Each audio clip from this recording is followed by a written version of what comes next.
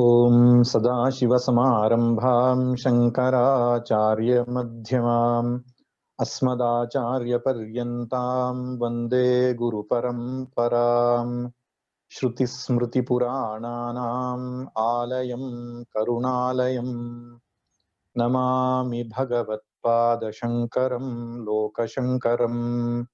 शङ्करं शङ्कराचार्यं केशवं बादरायणम् सूत्रभाष्यकृतौ वन्दे भगवन्तौ पुनः पुनः। ईश्वरो गुरुरात्मेति मूर्तिभेदविभागिने व्योमवद्व्याप्तदेहाय दक्षिणामूर्तये नमः। दक्षिणामूर्तये नमः।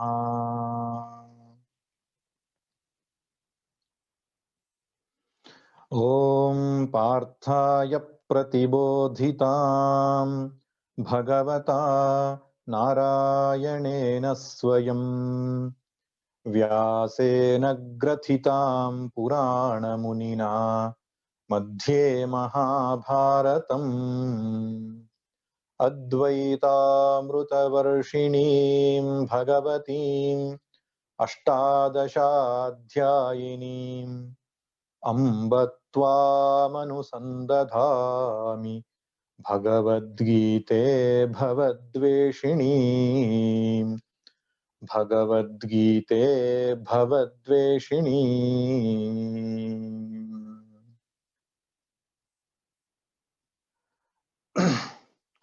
ಪಾಂಚಜನ್ಯ ಸಂಪೂರ್ಣ ಗೀತಾ ಉಪನ್ಯಾಸದ ಮಾಲಿಕೆಯಲ್ಲಿ ಪ್ರಥಮ ಅಧ್ಯಾಯದ ಚಿಂತನೆಯನ್ನು ಮಾಡ್ತಾ ಇದ್ದೆವು. ಮೊದಲನೇ ಅಧ್ಯಾಯದಲ್ಲಿ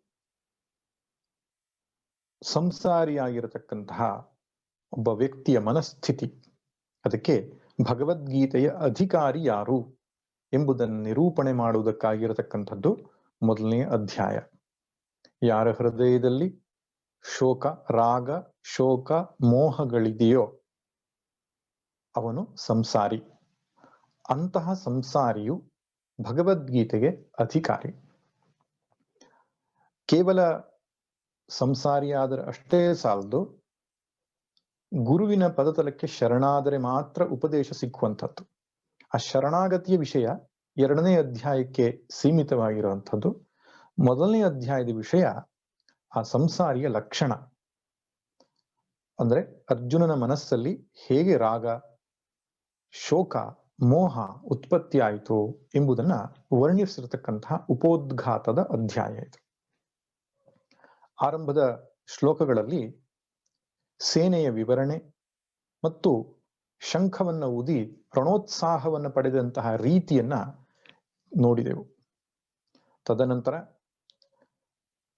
ಎರಡನೆಯ ಭಾಗದಲ್ಲಿ ಅರ್ಜುನನು ಭಗವಾನ್ ಶ್ರೀಕೃಷ್ಣನಿಗೆ ಎರಡೂ ಸೇನೆಗಳ ಮಧ್ಯದಲ್ಲಿ ರಥವನ್ನ ನಿಲ್ಲಿಸು ಎಂದು ಆದೇಶವನ್ನು ಕೊಟ್ಟಂತಹ ಭಾಗಕ್ಕೆ ನಾವು ಪ್ರವೇಶ ಮಾಡಿದ್ದೆವು. ನಿನ್ನೆ ದಿನ ಕಪಿಧ್ವಜ ಎನ್ನುವ ಶಬ್ದದ ಅರ್ಥವನ್ನು ಹೇಳ್ತಾ, ಹೀಗೆ ಆಂಜನೇಯ ಸ್ವಾಮಿ ಸಾಕ್ಷಾತ್ ಆಗಿ ಅರ್ಜುನ ರಥದ ಮೇಲ್ಗಡೆಗೆ ಧ್ವಜದ ಭಾಗದಲ್ಲಿ ವಿರಾಜಿಸುತ್ತಾ ತನ್ನ ಕೂಗಿನಿಂದ, ತನ್ನ ಘರ್ಜನೆಯಿಂದ ಕೌರವರ ಹೃದಯದ ಧೈರ್ಯವನ್ನು ಉಡುಗಿಸುತ್ತಾ ಇರತಕ್ಕಂತಹ ಘಟನೆ, ತಾನೇ ಭೀಮನಿಗೆ ಕೊಟ್ಟಂತ ವರದಾನ ಮುಂತಾದುವುದು ಮಹಾಭಾರತದ ವನಪರ್ವದಲ್ಲಿ ಬಂದಿರುವಂತಹ ಸಂಗತಿಯನ್ನು ಸಂಕ್ಷಿಪ್ತವಾಗಿ ನಾವು ನೋಡಿದ್ದೇವೆ. ಆದ್ದರಿಂದ ಅರ್ಜುನನಿಗೆ ಕಪಿಧ್ವಜ ಎಂಬುದಾಗಿ ಹೆಸರು ಬಂದಿದೆ. ಅಂತಹ ಕಪಿಧ್ವಜನು ಪರಮಾತ್ಮನಿಗೆ ಆದೇಶವನ್ನ ಕೊಡ್ತಿದ್ದಾನೆ. ಏನಂತ? ಅಥವ್ಯವಸ್ಥಿತಾನ್ ದೃಷ್ಟ್ವಾ ಧಾರ್ತರಾಷ್ಟ್ರಾನ್ ಕಪಿಧ್ವಜಃ ಪ್ರವೃತ್ತೆ ಶಸ್ತ್ರ ಸಂಪಾತೆ ಧನುರುದ್ಯಮ್ಯ ಪಾಂಡವಃ ಋಷಿಕೇಶಂ ತದಾ ವಾಕ್ಯಮಿದಮಾಹ ಮಹೀಪತೆ. ವ್ಯವಸ್ಥಿತಾನ್ ಧಾರ್ತರಾಷ್ಟ್ರಾನ್ ಕಪಿಧ್ವಜಃ ದೃಷ್ಟ್ವಾ ಶಸ್ತ್ರ ಸಂಪಾತೆ ಪ್ರವೃತ್ತೆ ಪಾಂಡವಃ ಧನುಃ ಉದ್ಯಮ್ಯ ಋಷಿಕೇಶಂ ಪ್ರತಿ ತದಾ ವಾಕ್ಯಂ ಇದಂ ವಾಕ್ಯಂ ಆಹ. ಹೇ ಮಹೀಪತೆ, ಹೇ ಧೃತರಾಷ್ಟ್ರನೇ, ಇನ್ನೇನು ಶಸ್ತ್ರ ಸಂಪಾತವಾಗಬೇಕು, ಯುದ್ಧ ಆರಂಭವಾಗಬೇಕು. ಅಂತಹ ಸಂದರ್ಭದಲ್ಲಿ ಅರ್ಜುನನು ತನ್ನ ಗಾಂಡೀವ ಎನ್ನತಕ್ಕಂತಹ ಧನುವನ್ನ ಕೈಯಲ್ಲಿ ಹಿಡಿದುಕೊಂಡು ಪರಮಾತ್ಮನಿಗೆ, ಹೃಷಿಕೇಶನಿಗೆ ಈ ವಾಕ್ಯವನ್ನ ಹೇಳಿದ ಎಂಬುದಾಗಿ ಬರುತ್ತೆ. ಹೃಷಿಕೇಶ ಎನ್ನುವ ಶಬ್ದವನ್ನ ಕಳೆದ ಬಾರಿಯೂ ನಾವು ನೋಡಿದ್ದೆವು. ಪುನಃ ಹೃಷಿಕೇಶ ಎನ್ನುವ ಶಬ್ದವನ್ನೇ ಇಲ್ಲಿ ಬಳಸಿದ್ದಾರೆ. ಹೃಷಿಕ ಅಂದ್ರೆ ಇಂದ್ರಿಯ, ಹೃಷಿಕಾಣಾಂ ಈಶಃ ಹೃಷಿಕೇಶಃ, ಇಂದ್ರಿಯಗಳಿಗೆ ಒಡೆಯ ಎಂಬುದಾಗಿ ಹೃಷಿಕೇಶ ಎಂಬ ಶಬ್ದದ ಅರ್ಥ. ಇಂದ್ರಿಯಗಳು ಅಂದ್ರೆ ಪಂಚ ಜ್ಞಾನೇಂದ್ರಿಯಗಳು, ಪಂಚ ಕರ್ಮೇಂದ್ರಿಯಗಳು, ಮತ್ತೆ ಮನಸ್ಸು, ಬುದ್ಧಿ, ಅಹಂಕಾರ, ಚಿತ್ತ, ಈ ಅಂತಃಕರಣ ಚತುಷ್ಟಯವನ್ನೂ ಸೇರಿಸಿ ಇಂದ್ರಿಯಗಳು ಮತ್ತು ಅಂತಃಕರಣ ಚತುಷ್ಟಯ ಇವೆಲ್ಲದಕ್ಕೂ ಕೂಡ ಒಳಗಿದ್ದುಕೊಂಡು ಯಾವನು ಪ್ರೇರಣೆಯನ್ನು ಕೊಡ್ತಾ ಇದ್ದಾನೋ ಅವನಿಗೆ ಹೃಷಿಕೇಶ ಅಂತ ಕರೀತಾರೆ. ಯೋಂತಃ ಪ್ರವಿಶ್ಯ ಮಮವಾಚ ಮಿಮಾಂ ಪ್ರಸುಪ್ತಾಂ ಸಂಜೀವಯತ್ಯಖಿಲ ಶಕ್ತಿಧರ ಸ್ವಧಾಮ್ನ. ಭಾಗವತದಲ್ಲಿ ಧ್ರುವನಿಗೆ ಭಗವಂತನು ಶಂಖಸ್ಪರ್ಶ ಮಾಡಿದಾಗ ಹೇಳಿದಂತಹ ಶ್ಲೋಕ ಇದು, ಧ್ರುವ ಹೇಳಿದಂತಹ ಶ್ಲೋಕ.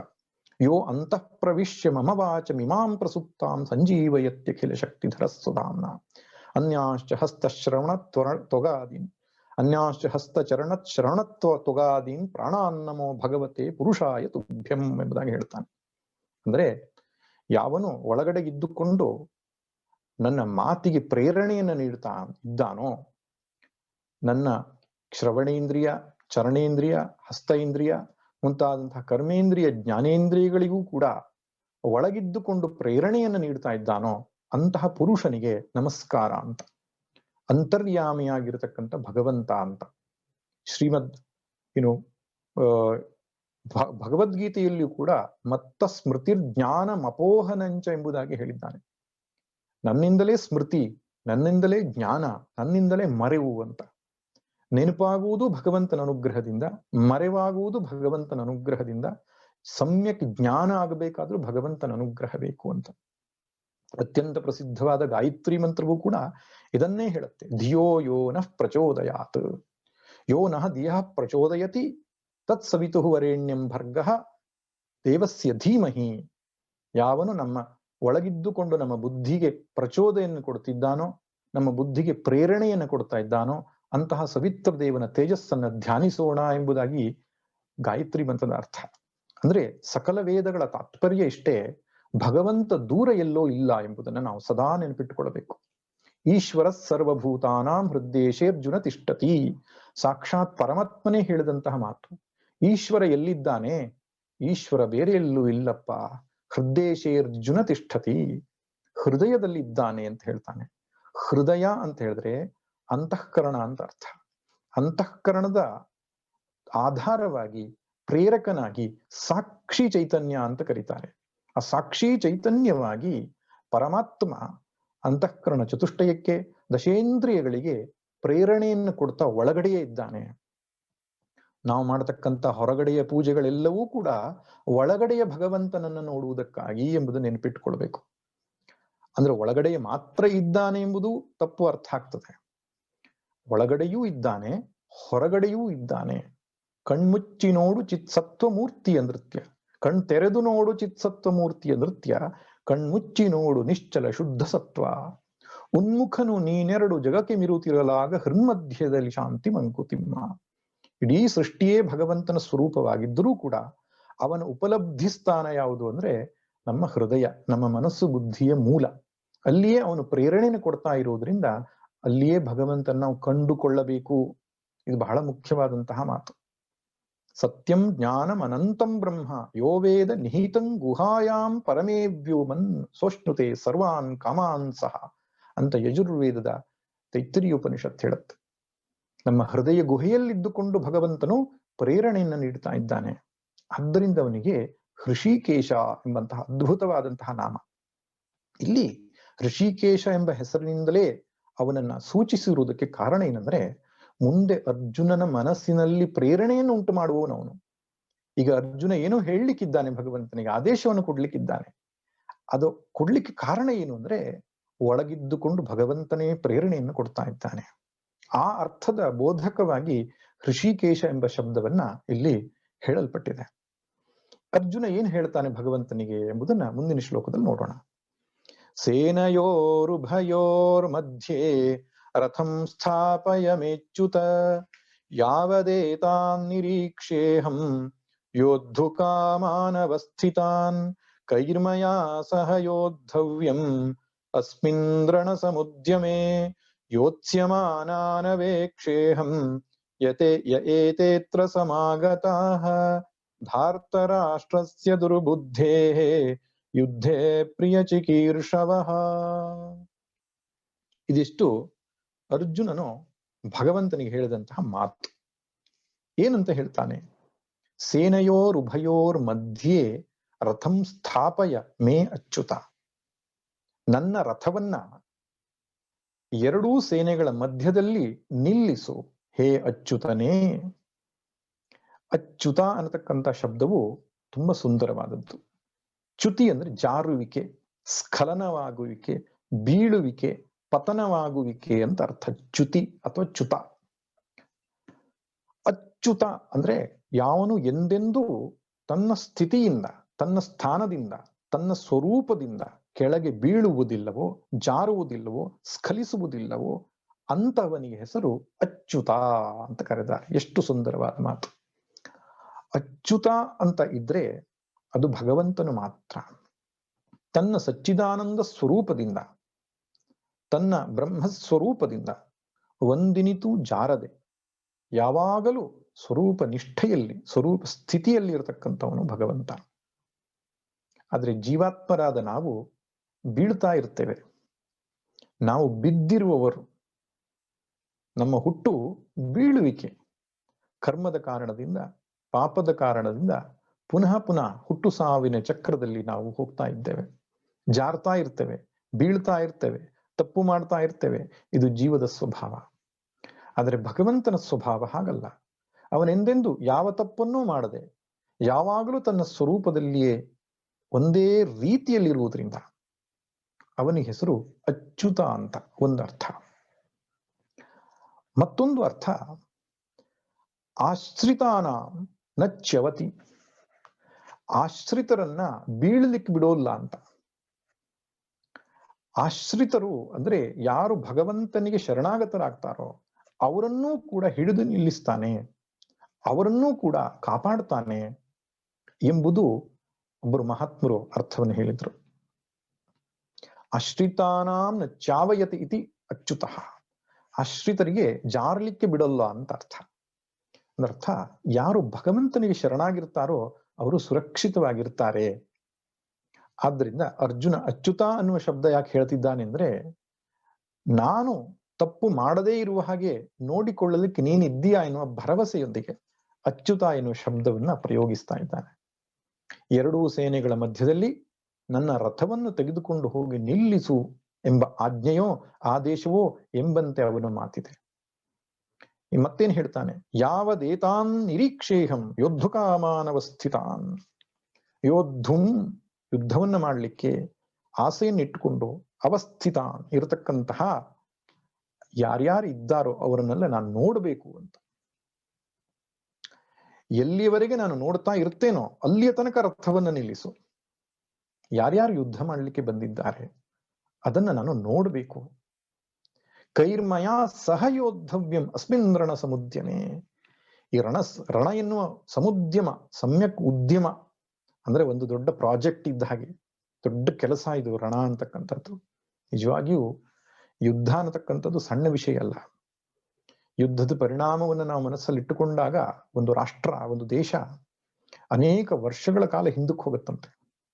ಪಾಕಿಸ್ತಾನವೋ ಚೀನಾವೋ ಇನ್ನೊಂದು ದೇಶದ ಮೇಲೆ ಯುದ್ಧದ ನಿರ್ಧಾರ ಮಾಡುವುದು ದೊಡ್ಡ ವಿಷಯ ಅಲ್ಲ. ಯುದ್ಧ ಆರಂಭ ಮಾಡುವುದು ದೊಡ್ಡ ವಿಷಯ ಅಲ್ಲ. ಅದು ಆ ರಾಷ್ಟ್ರಕ್ಕೆ ಎಷ್ಟು ಹಾನಿಯನ್ನು ಉಂಟು ಮಾಡುತ್ತೋ ಯುದ್ಧ ಮಾಡುವ ನಮ್ಮ ರಾಷ್ಟ್ರಕ್ಕೂ ಕೂಡ ಅಷ್ಟೇ ಹಾನಿಯನ್ನು ಉಂಟು ಮಾಡುತ್ತೆ.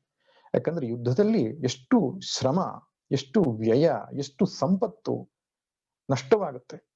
ಅದೊಂದು ದೊಡ್ಡ ಉದ್ಯಮ. ಆದ್ದರಿಂದ ಈ ರಣ ಉದ್ಯಮದಲ್ಲಿ ನನ್ನ ಜೊತೆಗೆ ಯಾರ್ಯಾರು ಯುದ್ಧ ಮಾಡಲಿಕ್ಕೆ ಬಂದಿದ್ದಾರೆ, ಕೈರ್ಮಯ ಸಹಯೋದ್ಧವ್ಯಂ, ನನ್ನ ಜೊತೆಗೆ ಯುದ್ಧ ಮಾಡ್ಲಿಕ್ಕೆ ಯಾರ್ಯಾರು ಬಂದಿದ್ದಾರೆ ಅದನ್ನು ನೋಡಬೇಕು. ಅಂದ್ರೆ ಕೆಲವರು ಯುದ್ಧ ಮಾಡ್ಲಿಕ್ಕೆ ಬಂದಿದ್ದಾರೆ, ಕೆಲವರು ಅರ್ಜುನನೊಟ್ಟಿಗೆ ಯುದ್ಧ ಮಾಡ್ಲಿಕ್ಕೆ ಬಂದಿದ್ದಾರೆ, ಮತ್ತು ಅರ್ಜುನನೂ ಕೆಲವರಿಗೆ ಉತ್ತರವನ್ನು ಕೊಡಬೇಕಾಗಿದೆ. ಅದನ್ನು ನಾನು ನೋಡ್ಲಿಕ್ಕೆ ಬಯಸ್ತಿದ್ದೇನೆ. ಯೋತ್ಸ್ಯಮಾನಾನವೇಕ್ಷೇಹಂ ಏತೇತ್ರ ಸಮಾಗತಾಃ ಧಾರ್ತರಾಷ್ಟ್ರಸ್ಯ ದುರ್ಬುದ್ಧೇಃ ಯುದ್ಧೇ ಪ್ರಿಯಚಿಕೀರ್ಷವಃ. ಧೃತರಾಷ್ಟ್ರನ ಪುತ್ರನಾದ ದುರ್ಯೋಧನನ ದುರ್ಬುದ್ಧಿಯಿಂದಾಗಿ ಯುದ್ಧಕ್ಕೆ ಸಹಾಯವನ್ನ ಮಾಡಲಿಕ್ಕೆ ಯಾರ್ಯಾರು ಇಲ್ಲಿ ಸೇರಿದ್ದಾರೆ ಅದನ್ನು ನೋಡ್ಬೇಕು ನಾನು. ನೋಡಿ, 3 ಸಂಗತಿಯನ್ನ ಭಗವಂತನ ಮುಂದೆ ಹೇಳ್ತಿದ್ದಾನೆ. ಒಂದು, ಯಾರ್ಯಾರು ಯುದ್ಧಕ್ಕೆ ಬಂದಿದ್ದಾರೆ ಎಂಬುದನ್ನು ನೋಡ್ಬೇಕು. ಮಯಾ ಸಹ ಯೋದ್ಧವ್ಯಂ, ನನ್ನ ಜೊತೆಗೆ ಯುದ್ಧ ಮಾಡ್ಲಿಕ್ಕೆ ಯಾರಿದ್ದಾರೆ ಅದನ್ನು ಸಹ ನೋಡ್ಬೇಕು. 3ನೇದಾಗಿ, ಧೃತರಾಷ್ಟ್ರನ ಪುತ್ರನಾದ ದುರ್ಯೋಧನಿಗೆ ಸಹಾಯ ಮಾಡುವ ನೆಪದಿಂದ ಅವನ ಮಿತ್ರತ್ವವನ್ನು ಬಯಸಿ ಅವನ ದುರ್ಬುದ್ಧಿಯೊಟ್ಟಿಗೆ ತಮ್ಮ ದುರ್ಬುದ್ಧಿಯನ್ನು ಬೆರೆಸಿಕೊಂಡಂತಹವರು ಯಾರ್ಯಾರು ಬಂದಿದ್ದಾರೆ, ದುಷ್ಟರು ಯಾರ್ಯಾರಿದ್ದಾರೆ ಎಂಬುದಾಗಿ ನೋಡ್ಬೇಕು ಅಂತ ಬಯಸ್ತೇನೆ ಅಂತ ಹೇಳ್ತಾನೆ. ಇಲ್ಲಿ ನೇರವಾಗಿ ಒಂದು ಪ್ರಶ್ನೆ. ಯುದ್ಧ ಸನ್ನದ್ಧವಾಗಿದೆ, ಶಸ್ತ್ರ ಸಂಪಾತವಾಗಬೇಕಾಗಿದೆ. ಇಂತಹ ಸಂದರ್ಭದಲ್ಲಿ ರಣರಂಗದ ಮಧ್ಯದಲ್ಲಿ ಸೇನೆಯನ್ನ ನೋಡುವ ಬಯಕೆ ಯಾಕೆ ಅರ್ಜುನಿಗೆ ಉಂಟಾಯ್ತು? ಹಾಗಾದ್ರೆ ಯುದ್ಧಕ್ಕೆ ತಮ್ಮ ತಮ್ಮ ಪಡೆಯನ್ನ ಸೇರಿಸಿಕೊಳ್ಳುವುದಕ್ಕಿಂತ ಮುಂಚೆ ಅವನಿಗೆ ಕೌರವರ ಪಕ್ಷದಲ್ಲಿ ಯಾರಿದ್ದಾರೆ, ಪಾಂಡವರ ಪಕ್ಷದಲ್ಲಿ ಯಾರಿದ್ದಾರೆ ಎಂಬ ತಿಳುವಳಿಕೆ ಇರ್ಲಿಲ್ವೇ? ಖಂಡಿತವಾಗಿ ಇರಲೇಬೇಕು. ಕೌರವರಿಗೆ ಯಾರ್ಯಾರು ಸಹಾಯ ಮಾಡ್ತಿದ್ದಾರೆ ಎಂಬ ತಿಳುವಳಿಕೆ ಅವನಿಗಿತ್ತು. ತನ್ನ ಪಕ್ಷದಲ್ಲಿ ಯಾರಿದ್ದಾರೆ ಎಂಬುದು ನಿಶ್ಚಿತವಾಗಿ ಗೊತ್ತಿತ್ತು. ಹೀಗಿರುವಾಗ ರಣರಂಗದ ಮಧ್ಯದಲ್ಲಿ ರಥವನ್ನ ನಿಲ್ಲಿಸಿಕೊಂಡು ನಾನು ನೋಡ್ಲಿಕ್ಕೆ ಬಯಸ್ತೇನೆ ಅನ್ನತಕ್ಕಂತಹ ಒಂದು ಆಲೋಚನೆ ಅರ್ಜುನನಿಗೆ ಯಾಕೆ ಬಂತು? ಬಂದಿದ್ದು ಸಮಂಜಸವೇ? ಹೌದು. ಒಂದು ಕಾರಣ ಏನಂದ್ರೆ, ಅರ್ಜುನನಿಗೆ ಇಲ್ಲಿ ಯಾರ್ಯಾರು ಸೇರಿದ್ದಾರೆ ಎಂಬ ವಿಷಯ ಗೊತ್ತು, ಅವರ ಪರಿಚಯವೂ ಇತ್ತು. ಆದರೂ ಕೊನೆಯದಾಗಿ ನಾನು ನೋಡಬೇಕು ಅನ್ನುವಂತಹ ಬಯಕೆ, ಕೊನೆಯದಾಗಿ ತಾನು ನೋಡಬೇಕು ಎನ್ನುವ ಬಯಕೆ ಯಾಕೆಂದ್ರೆ, ಈ ಯುದ್ಧ ಸರ್ವನಾಶಕ್ಕೆ ಕಾರಣವಾಗುತ್ತೆ ಎಂಬ ಕಲ್ಪನೆ ಅರ್ಜುನನಿಗಿತ್ತು. ಇಡೀ ಕೌರವ ಸೇನೆಯನ್ನ ತಾನೊಬ್ಬನೇ ನಿಂತು ವಿರಾಟನ ಗೋಗ್ರಹಣದ ಕಾಲದಲ್ಲಿ ಎದುರಿಸಿದವನು ಅರ್ಜುನ. ಒಂದು ಸಂಮೋಹನಾಸ್ತ್ರದಿಂದ ಕರ್ಣ, ದ್ರೋಣ, ಭೀಷ್ಮಾದಿಗಳ ದೊಡ್ಡ ಪಡೆಯನ್ನು ಹಿಮ್ಮೆಟ್ಟಿಸಿದ ಏಕೈಕ ಮಹಾವೀರ ಆ ಅರ್ಜುನ ಇವತ್ತು ಹತ್ತಿರದಿಂದ ನೋಡ್ಲಿಕ್ಕೆ ಬಯಸ್ತಿದ್ದಾನೆ. ಯಾಕೆಂದ್ರೆ ಅವತ್ತು ಅವರನ್ನು ಸೋಲಿಸುವುದಷ್ಟೇ ಅವನ ಗುರಿಯಾಗಿತ್ತು, ಇವತ್ತು ಸಾಯಿಸಬೇಕಿತ್ತು. ಸಾಯಿಸುವುದು ಬೇರೆ, ಸೋಲಿಸುವುದು ಬೇರೆ. ಯುದ್ಧದಲ್ಲಿ ಗೆಲ್ಲಬೇಕಾದ್ರೆ ಸೋಲಿಸುವಂಥದ್ದು ಒಂದು ಪ್ರಕ್ರಿಯೆ, ಸಾಯಿಸುವಂಥದ್ದು ಇನ್ನೊಂದು ಪ್ರಕ್ರಿಯೆ. ಯಾಕಂದ್ರೆ ಎಲ್ಲಿಯ ತನಕ ಭೀಷ್ಮ ದ್ರೋಣಾದಿಗಳು ಕರ್ಣಾದಿಗಳು ಬದುಕಿರ್ತಾರೋ ಅಲ್ಲಿಯ ತನಕ ಯುದ್ಧವನ್ನ ಮಾಡ್ತಿರ್ತಾರೆ. ಅವರನ್ನ ಸಾಯಿಸದ ಹೊರತು ಯುದ್ಧಕ್ಕೆ ಗತಿಯೇ ಇರುವುದಿಲ್ಲ. ಆದ್ದರಿಂದ ಇದು ಕೊನೆಯ ಕ್ಷಣ, ಕೊನೆಯ ಸಂದರ್ಭ, ಅವರನ್ನ ನೋಡಬೇಕು, ಹತ್ತಿರದಿಂದ ನೋಡಬೇಕು ಎನ್ನುವಂತಹ ಬಯಕೆ ಇರಬಹುದು. ಆದ್ರೆ ನನ್ನ ಮನಸ್ಸಿಗೆ ಅನಿಸುವುದು, ಅರ್ಜುನ ಯಾಕೆ ಈ ಮಾತನ್ನು ಹೇಳ್ತಿದ್ದಾನೆ ಅಂದ್ರೆ, ಭಗವಂತ ಪ್ರೇರಣೆಯನ್ನು ಕೊಡ್ತಿದ್ದಾನೆ ಅವನಿಗೆ. ಭಗವಂತ ಪರೀಕ್ಷೆಯನ್ನ ಮಾಡ್ಲಿಕ್ಕೆ ಬಯಸ್ತಿದ್ದಾನೆ. ಅರ್ಜುನ ಯಾವ ದೃಷ್ಟಿಯಿಂದ ಯುದ್ಧ ಮಾಡ್ಲಿಕ್ಕೆ ಹೋಗ್ತಿದ್ದಾನೆ? ಸಮತ್ವ ಬುದ್ಧಿಯಿಂದ ಯುದ್ಧ ಮಾಡ್ತಿದ್ದಾನೋ, ವಿಷಮತ್ವ ಬುದ್ಧಿಯಿಂದ ಯುದ್ಧ ಮಾಡ್ತಿದ್ದಾನೋ, ರಾಗ ಬುದ್ಧಿಯಿಂದ ಮಾಡ್ತಿದ್ದಾನೋ, ದ್ವೇಷ ಬುದ್ಧಿಯಿಂದ ಮಾಡ್ತಿದ್ದಾನೋ? ಅದು ಎರಡೂ ರೀತಿಯಿಂದ ಕರ್ಮ ಮಾಡಿದ್ರು ತಪ್ಪಾಗ್ತದೆ. ಬಹಳ ಮುಖ್ಯವಾದ ಸಂಗತಿ. ಕರ್ಮವನ್ನು ರಾಗ ಬುದ್ಧಿಯಿಂದ ಮಾಡ್ತೇವೆ, ನಾನು, ನನ್ನದು, ನನಗಾಗಿ, ನನ್ನಿಂದ ಎಂಬಂತಹ ತಾದಾತ್ಮ್ಯ ಬುದ್ಧಿಯಿಂದ ಮಾಡುವುದು ಒಂದು. ಇನ್ನೊಂದು ದ್ವೇಷ ಬುದ್ಧಿಯಿಂದ ಮಾಡ್ತೇವೆ, ಯಾರಿಗೂ ಹಿಂಸೆಯನ್ನು ಕೊಡುವುದಕ್ಕಾಗಿ, ಯಾರನ್ನು ದೂರ ಮಾಡುವುದಕ್ಕಾಗಿ. ಯಾವುದನ್ನು ಪಡೆಯುವುದಕ್ಕಾಗಿ ಮಾಡಿದರೆ ರಾಗ, ಯಾವುದನ್ನು ದೂರ ಮಾಡುವುದಕ್ಕಾಗಿ ಮಾಡಿದರೆ ದ್ವೇಷ. ಈ ರಾಗದ್ವೇಷ ಬುದ್ಧಿಯಿಂದ ಮಾಡಿರತಕ್ಕಂಥ ಕರ್ಮ ಅಪವಿತ್ರವಾದದ್ದು, ಶ್ರೇಷ್ಠವಾದದ್ದಲ್ಲ. ಅದು ಶ್ರೇಷ್ಠ ಕರ್ಮ ಯಾವುದು? ಸಮತ್ವ ಬುದ್ಧಿಯಿಂದ ಮಾಡಿತ್ತು. ಆ ಸಮತ್ವ ಬುದ್ಧಿಯಿಂದ ಮಾಡಿದಂತ ಕರ್ಮಕ್ಕೆ ಹೆಸರು ಯಜ್ಞ ಅಥವಾ ಯೋಗ ಎಂಬುದಾಗಿ ಕರೀತಾರೆ. ಯುದ್ಧವೂ ಕೂಡ ಒಂದು ಯೋಗವಾಗಲಿಕ್ಕೆ ಸಾಧ್ಯ ಯಾವಾಗ ಅರ್ಜುನನು ಸಮತ್ವ ಬುದ್ಧಿಯಿಂದ ಯುದ್ಧ ಮಾಡ್ತಾನೋ. ಸಮತ್ವ ಬುದ್ಧಿ ಅಂದ್ರೆ ಏನು? ಕರ್ತವ್ಯ ಬುದ್ಧಿಯಿಂದ ಯುದ್ಧ ಮಾಡ್ತಾನೋ, ಯುದ್ಧ ಮಾಡುವುದು ಒಂದು ಪೂಜೆ ಎಂಬ ಭಾವದಿಂದ ಮಾಡ್ತಾನೋ, ಆಗ ಆ ಯುದ್ಧದಿಂದ ಅವನ ಮೋಕ್ಷ ಸಾಧನೆ ಸಾಧ್ಯ ಆಗ್ತದೆ. ಭಗವಂತನಿಗೆ ಅಂತಹ ಒಂದು ಉಪದೇಶವನ್ನು ಜಗತ್ತಿಗೆ ಕೊಡಿಸಬೇಕಿತ್ತು ಅರ್ಜುನನ ಮುಖಾಂತರ. ಎಂತಹ ಅದ್ಭುತವಾದ ಘಟ್ಟ. ಬೇರೆ ಯಾವುದೋ ಸಂದರ್ಭದಲ್ಲಿ ಒಂದು ಕರ್ಮವನ್ನು ಮಾಡುವಾಗ ಸಮತ್ವ ಬುದ್ಧಿನ ಇಟ್ಕೋ ಅಂತ ಹೇಳೋದು ಸುಲಭ. ಉಪನ್ಯಾಸ ಮಾಡುವಾಗ ಸಮತ್ವ ಬುದ್ಧಿ ಇಟ್ಕೋ, ಅಡುಗೆ ಮಾಡುವಾಗ ಸಮತ್ವ ಬುದ್ಧಿ ಇಟ್ಕೋ, ಏನು ಬೇರೆ ಕೆಲಸಗಳು ಅದು ತುಂಬಾ ಸುಲಭ. ಯುದ್ಧ ಮಾಡುವಾಗ ರಕ್ತಸಿಕ್ತವಾದಂತಹ ರಣೋದ್ಯಮ ಏನಿದೆಯೋ, ಅತ್ಯಂತ ಕಠೋರವಾದ, ಭೀಷಣವಾದ, ಭೀಕರವಾಗಿರತಕ್ಕಂತಹ ಈ ಯುದ್ಧವನ್ನೂ ಕೂಡ ಶಾಂತಿಯಿಂದ, ಸಮಾಧಾನದಿಂದ ಮಾಡಲಿಕ್ಕೆ ಸಾಧ್ಯವಾದರೆ ಜೀವನದ ಎಲ್ಲ ಕಾರ್ಯವನ್ನೂ ಸಮಾಧಾನ ಶಾಂತಿಯಿಂದ ಮಾಡಲಿಕ್ಕೆ ಆಗ್ತದೆ. ಆದ್ದರಿಂದ ಇಂತಹ ಸಂದರ್ಭದಲ್ಲಿ ಯೋಗ ಬುದ್ಧಿಯನ್ನ ಅರ್ಜುನಿಗೆ ಕೊಟ್ಟು ಅದನ್ನ ತಾನು ಜಗತ್ತಿಗೆ ಮಾರ್ಗದರ್ಶನ ಮಾಡಿದರೆ ಅದೊಂದು ಉತ್ತಮ ಉಪದೇಶ ಆದೀತು ಎಂಬ ಭಗವಂತನ ಒಂದು ಅನುಗ್ರಹ, ಲೋಕ ಅನುಗ್ರಹದ ದೃಷ್ಟಿಯಿಂದ ಭಗವಂತನೇ ಅರ್ಜುನ ಮನಸ್ಸಿನಲ್ಲಿ ಈ ಪ್ರೇರಣೆಯನ್ನ ಕೊಟ್ಟಿರಬಹುದು. ಅರ್ಜುನ ಮಾತುಗಳಲ್ಲಿಯೇ ನಮ್ಗೆ ಸ್ಪಷ್ಟವಾಗ್ತದೆ ಅವನು ದ್ವೇಷದಿಂದಲೇ ಬಂದಿದ್ದಾನೆ, ಸಮತ್ವ ಬುದ್ಧಿ ಅವನಿಗೆ ಇರ್ಲಿಲ್ಲ. ಅವನ ಮಾತು ಏನು ಹೇಳ್ತಾ ಇದೆ? ಕೈರ್ಮಯ ಸಹಯೋದ್ಧವ್ಯಂ, ನಾನು ಯಾರ್ಯಾರ ಜೊತೆ ಯುದ್ಧ ಮಾಡಬೇಕು ಅಂತ ನೋಡ್ಬೇಕು. ಅಷ್ಟೇ ಅಲ್ಲ, ಧೃತರಾಷ್ಟ್ರನ ಮಗನ ದುರ್ಬುದ್ಧಿಯಿಂದ ಅವನ ಜೊತೆಗೆ ಸೇರಿಕೊಂಡಂತಹ ದುಷ್ಟಕೂಟಗಳು ಯಾವುದು, ದುಷ್ಟರು ಯಾರು, ಅವರನ್ನ ನೋಡ್ಬೇಕು, ಅವರನ್ನ ಸದೆ ಬಡಿಬೇಕು ಎಂಬಂತಹ ಒಂದು ಭಾವ ಅವನಲ್ಲಿ ಜಾಜ್ವಲ್ಯಮಾನವಾಗಿತ್ತು. ದ್ವೇಷ ಬುದ್ಧಿ ಅವನಲ್ಲಿ ಜಾಗೃತವಾಗಿತ್ತು. ಆದ್ರಿಂದ ಈ ದ್ವೇಷ ಬುದ್ಧಿಯಿಂದ ಅವನು ಭಗವಂತನಿಗೆ ಆಜ್ಞೆಯನ್ನ ಮಾಡತಕ್ಕಂಥದ್ದು ನೋಡ್ತೇವೆ. ಇನ್ನು ಮುಂದೆ ಅದ್ಭುತವಾದ ಇನ್ನೊಂದು ಘಟ್ಟ, ಇನ್ನೊಂದು ಸೀನ್ ಬರುತ್ತೆ. ಭಗವದ್ ಅನುಗ್ರಹದಿಂದ ಭಗವದ್ಗೀತಾ ಅವತರಣವಾಗುವುದಕ್ಕೆ ಭಗವಂತನ ಪ್ರೇರಣೆ ಇದೆ ಎಂಬುದು ಆ ಘಟ್ಟದಲ್ಲಿಯೂ ನಮಗೆ ಸ್ಪಷ್ಟವಾಗ್ತದೆ. ಇನ್ನು ಅರ್ಜುನ ಆದೇಶವನ್ನ ಕೇಳಿದಂತ ಭಗವಂತ ಏನು ಮಾಡ್ತಾನೆ ನೋಡಿ. ಭಗವಂತ ತ್ರಿಲೋಕಕ್ಕೆ ಒಡೆಯನಾಗಿದ್ದರೂ, ಸೃಷ್ಟಿ ಸ್ಥಿತಿ ಲಯಕರ್ತನಾಗಿದ್ದರೂ ಕೂಡ ತನ್ನ ಕರ್ತವ್ಯದ ಸ್ಥಾನದಲ್ಲಿ ಡ್ರೈವರ್ ಸೀಟಲ್ಲಿ ಕೂತ್ಕೊಂಡಿದ್ದಾನೆ. ಓನರ್ ಆರ್ಡರ್ ಮಾಡ್ತಾ ಇದ್ದಾನೆ ಡ್ರೈವ್ ಮಾಡುವಂತ. ಅವನು ಒಂದು ಮರುಮಾತಿಲ್ಲದೆ ರಥವನ್ನ ತೆಗೆದುಕೊಂಡು ಹೋಗಿ ಎರಡೂ ಸೇನೆಗಳ ಮಧ್ಯದಲ್ಲಿ ನಿಲ್ಲಿಸ್ತಾನೆ. ಆಜ್ಞಾಪಾಲನೆಯನ್ನು ಮಾಡ್ತಾನೆ. ಇರುವ ಕೆಲಸವ ಮಾಡು, ಕಿರಿದೆನದೆ ಮನವಿಟ್ಟು, ದೊರೆದುದ ಹಸಾದವೆಂದುಣ್ಣು ಗೊಣಗಿಡದೆ. ಇರುವ ಕೆಲಸವ ಮಾಡು, ಕಿರಿದೆನದೆ ಮನವಿಟ್ಟು, ತಾನು ಯಾವ ಪಾತ್ರದಲ್ಲಿ ನಿಂತುಕೊಂಡಿದ್ದೇನೋ ಆ ಪಾತ್ರವನ್ನ ಸರಿಯಾಗಿ ನಿಭಾಯಿಸಬೇಕು. ಈಗ ಸಾರಥಿಯ ಸ್ಥಾನದಲ್ಲಿ ನಿಂತುಕೊಂಡಿದ್ದೇನೆ, ರಥವನ್ನು ಓಡಿಸುವುದು ಏನು, ಯಜಮಾನ ಆಜ್ಞೆಯನ್ನು ಪಾಲಿಸುವುದು ನನ್ನ ಕರ್ತವ್ಯ. ಈ ಪಾಠವನ್ನ ಎಷ್ಟು ಸುಂದರವಾಗಿ ನಮಗೆ ಕೊಡ್ತಾ ಇದ್ದಾನೆ ಭಗವಂತ. ಯಾವ ಕೆಲಸವೂ ಕ್ಷುಲ್ಲಕವಲ್ಲ. ನೋಡಿ ಎಂತ ಅದ್ಭುತವಾದ ಪಾಠ. ಜಗತ್ತಿಗೆ ಒಡೆಯನಾಗಿರತಕ್ಕಂತಹ ಲೀಲಾ ಪುರುಷೋತ್ತಮನಾಗಿರುವಂತಹ ಯೋಗೇಶ್ವರನಾದ ಶ್ರೀಕೃಷ್ಣನೇ ನಮಗೆ ಪಾಠ ಹೇಳ್ತಾ ಇದ್ದಾನೆ. ರಥದ ಸಾರಥಿ ಆಗುವುದೂ ಕೂಡ ಅಲ್ಪವಾದ ಕೆಲಸವಲ್ಲ. ಎಷ್ಟೋ ಸಲ ನಮ್ಮ ಮನಸ್ಸಿಗೆ ಬರ್ತದೆ, ಅಯ್ಯೋ ನಾನು ಇಂಥ ಕೆಲಸ ಮಾಡ್ಬೇಕಾದ ಪ್ರಸಂಗ ಬಂತಲ್ಲ, ನಾನು ಇಂಥ ಒಂದು ಸ್ಥಿತಿಯಲ್ಲಿ ಇದ್ದೇನಲ್ಲ ಅಂತ. ಹಾಗೆ ಖಂಡಿತ ಎಣಿಸ್ಬಾರ್ದು. ನಮ್ಮ ಪಾಲಿಗೆ ಯಾವ ಕರ್ತವ್ಯ ಬಂದಿದೆಯೋ, ಸ್ವಧರ್ಮಕ್ಕೆ ಅನುಗುಣವಾದ ಆಯ್ಕೆ ಇದ್ದರೆ ಉತ್ತಮ. ಸ್ವಧರ್ಮಕ್ಕೆ ಅನುಗುಣವಾದ ಆಯ್ಕೆ ಮಾಡ್ಲಿಕ್ಕೆ ಆಗದಿದ್ದ ಪಕ್ಷದಲ್ಲಿ ಯಾವ ಕರ್ಮ ನನ್ನ ಪಾಲಿಗೆ ಬಂದಿದೆಯೋ ಅದನ್ನ ನಿಷ್ಠೆಯಿಂದ, ಭಕ್ತಿಯಿಂದ ಆಚರಿಸಬೇಕು ಎಂಬ ಸಂದೇಶ ಭಗವಂತನೇ ಸಾಕ್ಷಾತ್ತಾಗಿ ತನ್ನ ಆಚರಣೆಯಿಂದ ತೋರಿಸ್ತಾ ಇದ್ದಾನೆ, ಮಾತಿನಿಂದಲ್ಲ.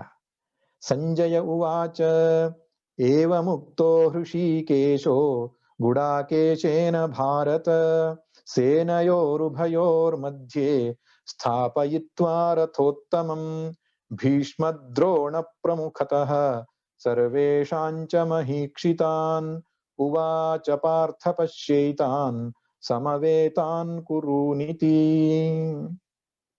ಆಜ್ಞಾಪಾಲಕನಾದಂತಹ ಪಾರ್ಥಸಾರಥಿಯು ಹೃಷಿಕೇಶನು ಸೇನೆಯೋರುಭಯೋರ್ ಮಧ್ಯೆ ಸ್ಥಾಪಯಿತ್ವ ರಥೋತ್ತಮಂ, ಆ ಉತ್ತಮವಾದ ರಥವನ್ನ ಕೌರವ ಪಾಂಡವ ಸೇನೆಗಳ ಮಧ್ಯದಲ್ಲಿ ತೆಗೆದುಕೊಂಡು ಹೋಗಿ ನಿಲ್ಲಿಸಿದ್ದಾನೆ. ನಿಲ್ಲಿಸಿ ಹೇಳ್ತಾನಂತೆ, ಭೀಷ್ಮ ದ್ರೋಣ ಪ್ರಮುಖತಃ ಸರ್ವೇಶಾಂತ ಮಹೀಕ್ಷಿತ. ಎಲ್ಲಿ ನಿಲ್ಲಿಸಿದ್ದಾನೆ ಅಂದ್ರೆ ಭೀಷ್ಮ ದ್ರೋಣರು ಎದುರಿಗೆ ಸ್ಪಷ್ಟವಾಗಿ ಕಾಣಬೇಕು ಅರ್ಜುನನಿಗೆ. ಮತ್ತೆಲ್ಲ ಮಹೀಪತಿಗಳು, ದೊರೆಗಳು ಕೂಡ ಕಾಣಿಸ್ಬೇಕು. ಆದ್ರೆ ಪ್ರಮುಖವಾಗಿ ಭೀಷ್ಮ ದ್ರೋಣರು ಅವನ ಕಣ್ಣಿಗೆ ಬೀಳ್ಬೇಕು. ಆ ಆಯಕಟ್ಟಿನ ಸ್ಥಾನದಲ್ಲಿ ರಥವನ್ನು ನಿಲ್ಲಿಸ್ತಾನೆ. ಅಷ್ಟೇ ಅಲ್ಲ, ಉವಾಚ ಪಾರ್ಥ ಪಶ್ಯೇತಾನ್ ಸಮವೇತಾನ್ ಕುರುನಿತಿ ಹೇಳ್ತಾನಂತೆ ಭಗವಂತ. ಮೊದಲನೇ ಅಧ್ಯಾಯದಲ್ಲಿ ಭಗವಂತ ಏನೂ ಹೇಳಲಿಲ್ಲ ಅಂತ ಹೇಳಿ ಕಾರಣ ನೇರವಾಗಿ ಭಗವಾನುವಾಚ ಅಂತ ಇಲ್ಲ. ಆದ್ರೆ ಪರೋಕ್ಷವಾಗಿ ಭಗವಂತ ಹೇಳಿದ ಒಂದು ವಾಕ್ಯ ಇದೆ. ಯಾವುದು? ಪಾರ್ಥ ಸಮವೇತಾನ್ ಕುರೂನ್ ಪಶ್ಯ. ಹೇ ಪಾರ್ಥನೆ, ಇಲ್ಲಿ ಸೇರಿರತಕ್ಕಂತಹ ಕುರುಗಳನ್ನ, ಕುರುವಂಶೀಯರನ್ನ ನೋಡು ಎಂಬ ಮಾತನ್ನ ಭಗವಂತ ಹೇಳಿದ್ದಾನೆ. ಭಗವಂತನ ವಾಕ್ಯ ಇದೆ ಪ್ರಥಮ ಅಧ್ಯಾಯದಲ್ಲಿ, ಆದ್ರೆ ಪರೋಕ್ಷವಾಗಿ ಅಂದ್ರೆ ಸಂಜಯನ ಮಾತಿನ ಮುಖಾಂತರ ಅದು ಹೇಳಲ್ಪಟ್ಟಿದೆ. ಏನಂತ ಹೇಳ್ತಾನೆ? ಇಲ್ಲಿ ಸೇರಿರುವಂತಹ ಕುರುವಂಶೀಯರನ್ನ ನೋಡು ಎಂಬುದಾಗಿ ಭಗವಂತ ಹೇಳದ. ಅಲ್ಲಿ ಇಲ್ಲಿ ಎರಡು ನಾಮಗಳು ಬಂದಿವೆ. ಭಗವಂತನಿಗೆ ಶ್ರೀಕೇಶ ಎಂಬಂತದ್ದು ಹೆಸರಿಂದ ಕರೆದಿದ್ದಾರೆ, ಅದು ನಮಗೆ ಪರಿಚಯ ಇದೆ. ಅರ್ಜುನನಿಗೆ ಗುಡಾಕೇಶ ಎಂಬ ಹೆಸರಿಂದ ಕರೆದಿದ್ದಾರೆ. ಹಿಂದಿನ ಕಾಲದಲ್ಲಿ ಆ ಮಹಾಪುರುಷರಿಗೆ ಅನೇಕ ನಾಮಗಳಿರ್ತಿದ್ವು. ಅವರು ಮಾಡಿರತಕ್ಕಂತಹ ಪರಾಕ್ರಮಗಳಿಂದ ಗುಣವಾಚಕವಾದ ಶಬ್ದಗಳು, ಬೇರೆ ಬೇರೆ ಗುಣಗಳಿಗೆ ಅನುಗುಣವಾಗಿ ಒಂದೊಂದು ಹೆಸರುಗಳು ಇರ್ತಿದ್ವು. ಗುಡಾಕೇಶ ಅನ್ನುವಂಥದ್ದು ಅರ್ಜುನಿಗಿರ್ತಕ್ಕಂಥ ಒಂದು ಹೆಸರು. ಗುಡಾಕ ಅಂದ್ರೆ ನಿದ್ದೆ ಅಂತ ಅರ್ಥ, ಈಶ ಅಂದ್ರೆ ಒಡೆಯ ಅಂತ ಅರ್ಥ. ಗುಡಾಕೇಶ ಅಂದ್ರೆ ನಿದ್ದೆಯನ್ನ ಗೆದ್ದವನು ಅಂತ ಅರ್ಥ. ಅವನು ಶಬ್ದವೇದಿ ವಿದ್ಯೆಯನ್ನ ಕರತಲಾಮಲಕ ಮಾಡಿಕೊಂಡವನು ಅರ್ಜುನ. ಈ ಶಬ್ದವೇದಿ ವಿದ್ಯೆಯನ್ನ ಅಭ್ಯಾಸ ಮಾಡಬೇಕಾದ್ರೆ ರಾತ್ರಿ ಹೊತ್ತಲ್ಲಿ ಅಭ್ಯಾಸ ಮಾಡಬೇಕು. ಯಾಕೆ? ಕಣ್ಣಿಗೆ ಕಾಣದಂತಹ ಯಾವುದೋ ಒಂದು ಲಕ್ಷ್ಯವನ್ನ ಕೇವಲ ಶಬ್ದವನ್ನ ಗ್ರಹಣ ಮಾಡಿ ಅದರ ಮೇಲೆ ಬಾಣಪ್ರಯೋಗವನ್ನು ಮಾಡಬೇಕಾದ್ರೆ ಅಲ್ಲಿ ಬೆಳಕಿರಬಾರದು. ಹಗಲು ಹೊತ್ತಿಗೆ ವಸ್ತು ಎಲ್ಲಿದೆ ಅಂತ ನಮಗೆ ಕಾಣಿಸ್ತದೆ. ರಾತ್ರಿ ಹೊತ್ತಿನಲ್ಲಿ ಕಣ್ಣಿಗೆ ಕಾಣದೇ ಇರತಕ್ಕಂತಹ ದೂರದ ಲಕ್ಷ್ಯವನ್ನ ಕೇವಲ ಶಬ್ದವನ್ನ ಕೇಳಿಸಿಕೊಂಡು ಆ ದಿಕ್ಕಿಗೆ ಬಾಣವನ್ನ ಬಿಟ್ಟು ಶಬ್ದವೇದಿಯನ್ನು ಅಭ್ಯಾಸ ಮಾಡಬೇಕಿತ್ತು. ಆದ್ದರಿಂದ ಯಾವುದೇ ಕೆಲಸವನ್ನ ಕೈಗೆತ್ತಿಕೊಂಡ್ರು ಅತ್ಯಂತ ನಿಷ್ಠೆಯಿಂದ ಮಾಡುವವನು ಅರ್ಜುನ. ಶಬ್ದವೇದಿಯಲ್ಲಿ ಮಹಾನ್ ನಿಪುಣನಾಗಿದ್ದ. ಅಂತಹ ಸಂದರ್ಭದಲ್ಲಿ ರಾತ್ರಿ ಹೊತ್ತು ಬಹಳ ಹೊತ್ತು ಜಾಗೃತೆಯಿಂದ ಇದ್ದು ಶಬ್ದವೇದಿಯನ್ನು ಅಭ್ಯಾಸ ಮಾಡಿದ್ರಿಂದ ನಿದ್ದೆ ಮೇಲೆ ಹತೋಟಿ ಇತ್ತು ಅವನಿಗೆ.